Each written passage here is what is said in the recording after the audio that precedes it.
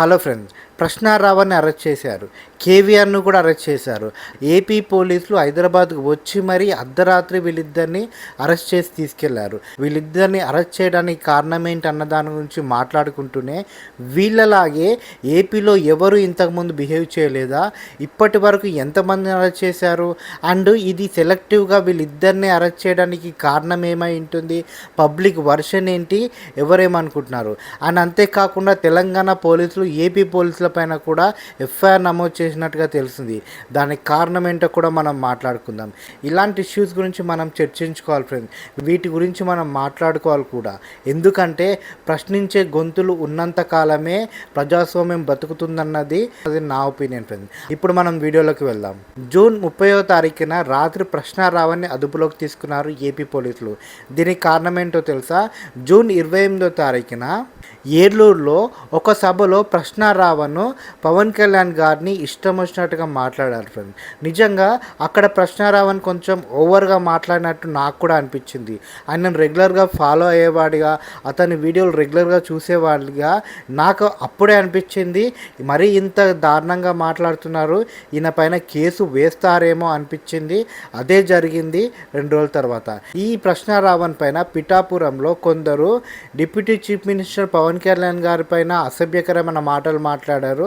ఆయనను తక్కువ చేస్తూ, ఆయన పరువుకు భంగం కలిగించేలా మాట్లాడన్నట్టుగా ఎఫ్ఐఆర్ నమోదు చేశారు. దానికి బట్టే ఈయనను అరెస్ట్ చేశారు. ఓకే, ఇక్కడి వరకు పక్కన పెట్టండి.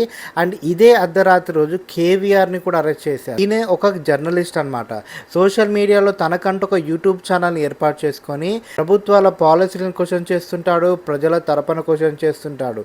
ఈయన దాదాపుగా ఏపీ ప్రభుత్వం పైనే ఎక్కువ ఫోకస్ చేశాడు ఫ్రెండ్స్. అక్కడ వైసీపీకి సపోర్ట్గా ఉంటున్నాడేమో అన్నట్టుగా అనిపిస్తుంటాయి ఈయన వీడియోలు. అండ్ ఇదే సందర్భంలో ఏపీలో జరుగుతున్న రెడ్ బుక్ రాజ్యాంగానికి సంబంధించి కొన్ని మాటలు మాట్లాడినట్టుగా అవి చాలా అభ్యంతరకరంగా ఉన్నాయన్నట్టుగా ఏప్రిల్లోనే ఆయన పైన కేసు పడింది. అప్పుడు తెలంగాణకు వచ్చినప్పుడు ఇక్కడున్న జర్నలిస్టులంతా అడ్డుకొని ఆయన అరెస్టు అవ్వకుండా చేశారు. మళ్ళీ ఇదే కేసు విషయంలో పోలీసులు మళ్ళీ జూన్ 30వ తారీఖున రాత్రి హైదరాబాద్కు వచ్చి నాన్ బెయిల్ వారెంట్ అంటూ ఈయన అదుపులోకి తీసుకొని వెళ్ళారు ఫ్రెండ్స్. అండ్ ఇక్కడ రావణ్ అరెస్టు నార్మల్గానే జరిగింది ఫ్రెండ్స్. పోలీసులు వచ్చారు, అదుపులోకి తీసుకెళ్లారు. కానీ కేవీఆర్ అరెస్ట్ చూస్తే మాత్రం చాలా దారుణంగా అనిపిస్తుంది.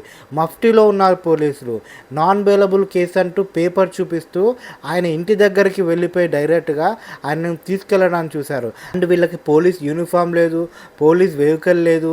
అసలు ఒక ఇంటికి వెళ్ళేటప్పుడు అక్కడ ఎవరైనా ఆడవాళ్ళు ఉంటారు, వాళ్ళు వీళ్ళని ఆపే ఛాన్స్ ఉంది, టైంలో ఆడ పోలీసులు ఉండాలి వాళ్ళని ఆపడానికి అన్నట్టుగా కూడా వీళ్ళు ఆలోచించకుండా వీళ్ళు అడ్డొచ్చిన కేవీఆర్ గారి చేతులతో లాగేస్తూ నూకేస్తూ, నిజంగా ఆడవాళ్ళపైన ఇలా వ్యవహరిస్తారా పోలీసులు అనేలాగా వీళ్ళు వివరించారు. అండ్ అంతేకాకుండా వీళ్ళు మఫ్టీలో ఉండడము, అండ్ తెలంగాణ పోలీసులకు వీళ్ళు ముందుగానే సమాచారం ఇచ్చి తెలంగాణ పోలీసులతో కలిసి వచ్చి అక్కడ అరెస్ట్ చేసి తీసుకెళ్ళాలని ఒక రూల్ ఉండడము, దీన్ని వీళ్ళు అసలే పట్టించుకోకపోవడం, నిజంగా పోలీసులు ఇంత దారుణంగా వ్యవహరిస్తారా అనిపించింది ఈ అరెస్టును చూస్తే. అండ్ ఇప్పుడు రావణ్ కేసుకు వస్తే, రాపురంలో అరెస్ట్ చేసి తీసుకెళ్ళగా అక్కడ నుంచి మెజిస్ట్రేట్ దగ్గరికి వెళ్ళి రావణ్కి బెయిల్ కూడా వచ్చేలా చేశారు రావణ్ సపోర్ట్ చేస్తున్న జడా శ్రీనివాస్ గారు. కానీ ఇక్కడ ఒక ట్విస్ట్ ఫ్రెండ్స్, రావణ్ అలా బెయిల్తో బయటకు వచ్చాడో లేదో, మరో కేసు మచిలీపట్నంలో ఉన్న మరో కేసు అంటూ ఆయనను వెంటనే మళ్ళీ అరెస్ట్ చేశారు. మళ్ళీ బెయిల్ వచ్చింది, మళ్ళీ ఇంకో కేసు అంటే అరెస్ట్ చేశారు. నిజంగా ఒక వ్యక్తిని ఒక విషయంలో అరెస్ట్ చేసినప్పుడు, ఆ విషయంలో ఆయనకు బెయిల్ వచ్చినప్పుడు మళ్ళీ ఇంకో కేసు అంటూ అరెస్ట్ చేయడం ఏంటి? ఇక్కడ మనకు ఒక్కటైతే అర్థమవుతుంది ఫ్రెండ్స్, ఇక్కడ వీళ్ళు కక్ష సాధింపు చర్యలు చేస్తున్నారు. ఇక్కడ వీళ్ళు చట్టాలను అనుసరించటం లేదు, లిటరలీ భయపెడదామని చూస్తున్నట్టుగా అర్థమవుతుంది. ఇక్కడ రావణ్ గురించి మాట్లాడుకుంటే ఈయన మాటలు కొంచెం అభ్యంతరకరంగానే ఉన్నాయి నాకు కూడా. ఇలా మాట్లాడడం మాత్రం కరెక్ట్ కాదు. కానీ రావణ్ చెప్పేది ఒకటే ఫ్రెండ్స్, ఏం చెప్తున్నాడంటే, నేను ఇలా మాట్లాడడం పవన్ కళ్యాణ్ గారిని చూసే నేర్చుకున్నాను, కొడకల్లారా అని పవన్ కళ్యాణే మాట్లాడారు, తొక్కి పట్టి నారతీస్తా అని పవన్ కళ్యాణ్ గారే మాట్లాడారు. అవే నేను మాట్లాడుతున్నాను, ఆయన దగ్గర నుంచే నేను ఈ మాటలు నేర్చుకున్నాను అన్నట్టుగా మాట్లాడారు. నిజంగా ఏపీ రాజకీయాల్లో చూస్తే ఇలా ఇష్టం వచ్చినట్టుగా మాట్లాడడము, ఒకరినొకరు తిట్టుకోవడము సాధారణంగా మారిపోయింది ఫ్రెండ్స్. అసెంబ్లీ సాక్షిగా ఒకరినొకరు దుర్భాషలు ఆడుకుంటారు, అసెంబ్లీ సాక్షిగా చంపేయాలి, ఎన్కౌంటర్ చేయాలని మాట్లాడుకుంటారు. నిజంగా ఎవరైనా తప్పుడు వ్యాఖ్యానాలు చేస్తున్నారు, ఎవరైనా తప్పుగా మాట్లాడుతున్నారు అంటూ అరెస్ట్ చేయడం మొదలు పెడితే ఏపీలో సగం మంది రాజకీయ నాయకులను అరెస్ట్ చేయాలి ఫ్రెండ్స్. ఏపీలో సగం జర్నలిస్టులని అరెస్ట్ చేయాలి. అంతేందుకు పెద్ద పెద్ద మీడియా ఛానళ్ళు కూడా అసభ్యకరంగా తమ్లైన్లు పెట్టి మరి వీడియోలు చేస్తుంటారు, డిబేట్లు చేస్తుంటారు. అలాంటి వాళ్ళని అరెస్ట్ చేయాలి. ఇక్కడ సెలెక్టివ్గా రావణ్ని అరెస్ట్ చేయడం మాత్రము ఇక్కడ పోలీసులు ఒక స్ట్రాటజీ యూజ్ చేశారు ఫ్రెండ్స్. రావణ్ అనే వ్యక్తి చాలా స్ట్రాంగ్గా క్వశ్చన్ చేస్తుంటారు పవన్ కళ్యాణ్ గారిని. ఇలాంటి స్ట్రాంగ్గా క్వశ్చన్ చేసేవాడినే హైదరాబాద్కు వచ్చి మరి మేము అరెస్ట్ చేశాము, సో మిగిలిన యూట్యూబర్లు, మిగిలిన ఇన్ఫ్లుయెన్సర్లైనా ప్రశ్నించే ముందు జాగ్రత్తగా ఉండండి అంటూ ఒక గట్టి సవాలు ఇచ్చినట్టుగా అనిపిస్తుంది అన్నట్టుగా సీనియర్ జర్నలిస్టులు మాట్లాడుతున్నారు ఈ సంఘటన తర్వాత. ఏదేమైనా కూడా ఇప్పుడు రావణ్ పైన ఒక కేసు కాకపోతే ఇంకో కేసు వేసి ఆయనను పోలీస్ స్టేషన్లోనే ఉంచేద్దామన్నట్టుగా ప్లాన్ చేస్తున్నట్టుగా తెలుస్తుంది. అండ్ అంతేకాకుండా ఈయన ఉన్న పోలీస్ స్టేషన్ దగ్గరికి జనసేన పార్టీకి సంబంధించిన ఎంతోమంది కార్యకర్తలు ఆయన పైన దాడి చేయడానికి కూడా ప్రయత్నిస్తున్నారు. నిజంగా ప్రజాస్వామ్యంలో ప్రశ్నించే వాళ్ళకి ఎలాంటి పరిస్థితి ఉందో ఇప్పుడు అర్థమవుతుంది. రావణ్ ప్రశ్నించేది పాలసీస్ని, పవన్ కళ్యాణ్ గారు మాట్లాడిన మాటల్ని, ఆయన ఇచ్చిన వాగ్దానాలను తప్ప ఎక్కడ పర్సనల్గా ఆయన ఫ్యామిలీకి సంబంధించిన అటాక్ ఎప్పుడు చేయలేదు. అలాంటి ప్రశ్నించే వ్యక్తిని ఇలా అరెస్ట్ చేయడము, మాబ్గా వచ్చి థ్రెటనింగ్ చేస్తున్నట్టుగా చేయడము నిజంగా ప్రశ్నించే వాళ్ళపైన ఒక అటాక్ అన్నట్టుగా చాలామంది మాట్లాడుతున్నారు. ఇప్పుడు మళ్ళీ మనం కేవీఆర్ గారి గురించి మాట్లాడుకుంటే ఆయనను బొబ్బిలి పోలీస్ స్టేషన్ తీసుకెళ్ళి అక్కడ మెజిస్ట్రేషన్ దగ్గర తీసుకెళ్ళి 14 రోజులు రిమాండ్కు ఆయనను తరలించారంట. నిజంగా ఆయన మాట్లాడింది రెడ్ బుక్ రాజ్యాంగం గురించి, ఏదో ఎర్రి రాజ్యాంగం అన్నట్టుగా మాట్లాడారన్నట్టుగా, ఇది చాలా అభ్యంతరకరమైన వర్డ్ అన్నట్టుగా, దీనికి 14 రోజులు రిమాండ్ అనడము నిజంగా చాలామంది జర్నలిస్టులను చర్చించుకునేలా ఉంది ఈ రిమాండ్ అనేది. నిజంగా ఈ కేవీఆర్ పైన కూడా ఒక రకమైన దాడి చేస్తున్నారు అన్నట్టుగా చాలామంది అభిప్రాయపడుతున్నారు. వీళ్ళిద్దరి అరెస్ట్ మాత్రం ఇప్పుడు సోషల్ మీడియాలో పెద్ద చర్చలుగా మారాయి. ఎక్కడ చూసినా వీళ్ళ గురించే మాట్లాడుతున్నారు. అండ్ సీనియర్ జర్నలిస్టులు మాత్రము ప్రశ్నించే వాళ్ళ స్వేచ్ఛ పైన అటాక్ అన్నట్టుగా మాట్లాడుతున్నారు. అదే సమయంలో రావణ్ మాట్లాడింది కూడా కరెక్ట్ కాదు. ఏదైనా విమర్శ చేసేటప్పుడు సద్విమర్శగా ఉండాలి. ఏమైనా క్వశ్చన్ చేసేటప్పుడు కొన్ని హద్దులు ఉంటాయి, ఆ హద్దుల ప్రకారమే మనం క్వశ్చన్ చేయాలన్నట్టుగా కూడా మాట్లాడుతున్నారు. ఇక్కడ ఎవరు రావణ్కి సపోర్ట్ చేయట్లేదు, అలాగని రావణ్కి అపోజ్ కూడా చేయట్లేదు. ఇక్కడ మాట్లాడేది ఒకటే ఫ్రెండ్స్. ఇలాగే చాలామంది చాలాసార్లు చాలా మీడియా హౌస్లలో మాట్లాడారు. సాక్షాత్తు ఏపీ అసెంబ్లీలోనే చంద్రబాబు నాయుడు గారి వైఫ్ గురించి చాలా దారుణంగా మాట్లాడారు. ఇప్పటి వరకు ఆయన అరెస్ట్ చేయలేదు. అండ్ పవన్ కళ్యాణ్ గారు కూడా ఇష్టం వచ్చినట్టుగా చెప్పులు చూపించి మాట్లాడిన రోజులున్నాయి, కొడకల్లారా అన్న మాట్లాడిన రోజులున్నాయి, గొంతు పిసికేస్తా అన్న రోజులున్నాయి, కాళ్ళు చేతులు విరగొడతాము, తొక్కి పట్టి నారతీస్తామన్న మాటలున్నాయి. ఇలాంటి మాటలన్నిటికి కూడా అరెస్టుల వరకు వెళ్ళాలి కదా, మరి కేసులు వేస్తే అందరి మీద వేయాలి కదా. ఇరాక్ ఆర్పీ అని ఒక జబర్దస్త్ ఆర్టిస్ట్ కూడా వైసీపీ ఎక్స్ఎమ్మెల్యే అయిన రోజా గారి పైన ఇంత దారుణంగా మాట్లాడతాడంటే నిజంగా కొన్ని వీడియోలు చూస్తే ఇలా మాట్లాడుతున్న వ్యక్తిని ఎవరు ప్రశ్నించరా, ఎవరు అరెస్ట్ చేయరా, అసలు వీళ్ళపైన కేసులు పడవా అన్నట్టుగా వీళ్ళ మాటలు ఉంటాయి.